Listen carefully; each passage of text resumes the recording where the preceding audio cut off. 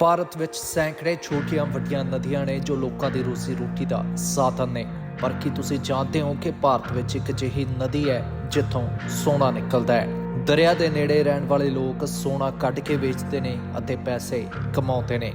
ਹਾਲਾਂਕਿ ਨਦੀ 'ਚ ਸੋਨਾ ਕਿੱਥੋਂ ਆਉਂਦਾ ਹੈ ਇਸ ਬਾਰੇ ਕੋਈ ਜਾਣਕਾਰੀ ਨਹੀਂ ਹੈ ਅਤੇ ਕਈ ਵਿਗਿਆਨੀ ਖੋਜ ਵੀ ਕਰ ਚੁੱਕੇ ਨੇ, ਪਰ ਸੋਨਾ ਕਿੱਥੋਂ ਆਉਂਦਾ ਹੈ ਇਹ ਅਜੇ ਵੀ ਰਹੱਸ ਬਣਿਆ ਹੋਇਆ ਹੈ। ਇਸ ਸੋਨੇ ਦੀ ਨਦੀ ਝਾਰਖੰਡ ਰਾਜ ਦੇ ਵਿੱਚ ਵਗਦੀ ਹੈ। ਸੋਨਾ ਮਿਲਣ ਦੇ ਕਾਰਨ ਇਸ ਨਦੀ ਨੂੰ ਸਵਰਨ ਰੇਖਾ ਨਦੀ ਕਿਹਾ ਜਾਂਦਾ ਹੈ ਅਤੇ ਇਹ ਝਾਰਖੰਡ ਤੋਂ ਇਲਾਵਾ ਪੱਛਮੀ ਬੰਗਾਲ ਅਤੇ ਉੜੀਸਾ ਦੇ ਵਿੱਚ ਵੀ ਵਗਦੀ ਹੈ। ਇਸ ਨਦੀ ਦੀ ਸ਼ੁਰੂਆਤ ਝਾਰਖੰਡ ਦੀ ਰਾਜਧਾਨੀ ਰਾਂਚੀ ਤੋਂ 16 ਕਿਲੋਮੀਟਰ ਦੀ ਦੂਰੀ ਤੇ ਹੈ। ਝਾਰਖੰਡ 'ਚ ਜਿਸ ਇਲਾਕੇ 'ਚੋਂ ਸਵਰਨ ਰੇਖਾ ਨਦੀ ਲੰਘਦੀ ਹੈ, ਲੋਕ ਸਵੇਰ ਤੋਂ ਹੀ ਉੱਥੇ ਪਹੁੰਚ ਜਾਂਦੇ ਨੇ ਅਤੇ ਇੱਥੇ ਸੋਨਾ ਇਕੱਠਾ ਕਰਦੇ ਨੇ। ਇਸ ਵਿੱਚ ਲੋਕ ਕਈ ਪੀੜ੍ਹੀਆਂ ਤੋਂ ਸੋਨਾ ਕੱਢ ਕੇ ਪੈਸਾ ਕਮਾ ਰਹੇ ਨੇ।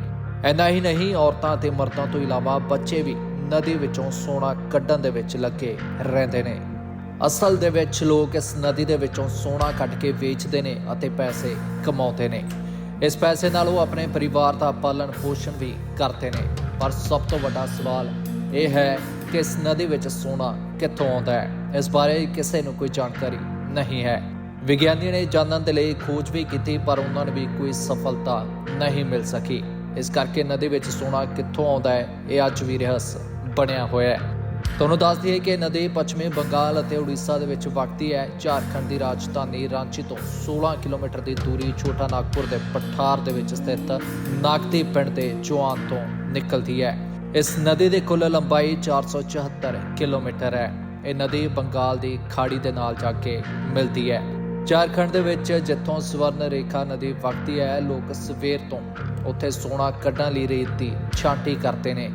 ਪੀੜ੍ਹੀਆਂ ਤੋਂ ਲੋਕ ਇਸ ਤੋਂ ਸੋਨਾ ਕੱਢ ਕੇ ਪੈਸੇ ਕਮਾ ਰਹੇ ਨੇ। ਹੁਣ ਤੱਕ ਇਹ ਰਹੱਸ ਬਣਿਆ ਹੋਇਆ ਹੈ ਕਿ ਸਵਰਨ ਰੇਖਾ ਨਦੀ ਦੇ ਵਿੱਚ ਸੋਨਾ ਆਖਿਰ ਆਉਂਦਾ ਕਿੱਥੋਂ ਹੈ।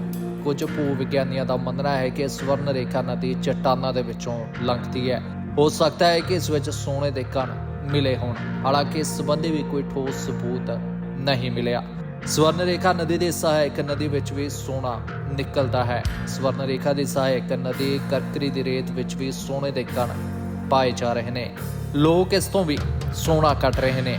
ਇਹ ਵੀ ਅਨੁਮਾਨ ਲਗਾਇਆ ਜਾਂਦਾ ਹੈ ਕਿ ਸਵਰਨ ਰੇਖਾ ਨਦੀ ਵਿੱਚੋਂ ਸੋਨਾ ਕਰਕਰੀ ਨਦੀ ਤੋਂ ਹੀ ਆਉਂਦਾ ਹੈ, ਪਰ ਠੋਸ ਸਬੂਤ ਨਾ ਤਾਂ ਲੋਕਾਂ ਦੇ ਕੋਲ ਨੇ ਅਤੇ ਨਾ ਹੀ ਵਿਗਿਆਨੀਆਂ ਦੇ ਕੋਲ।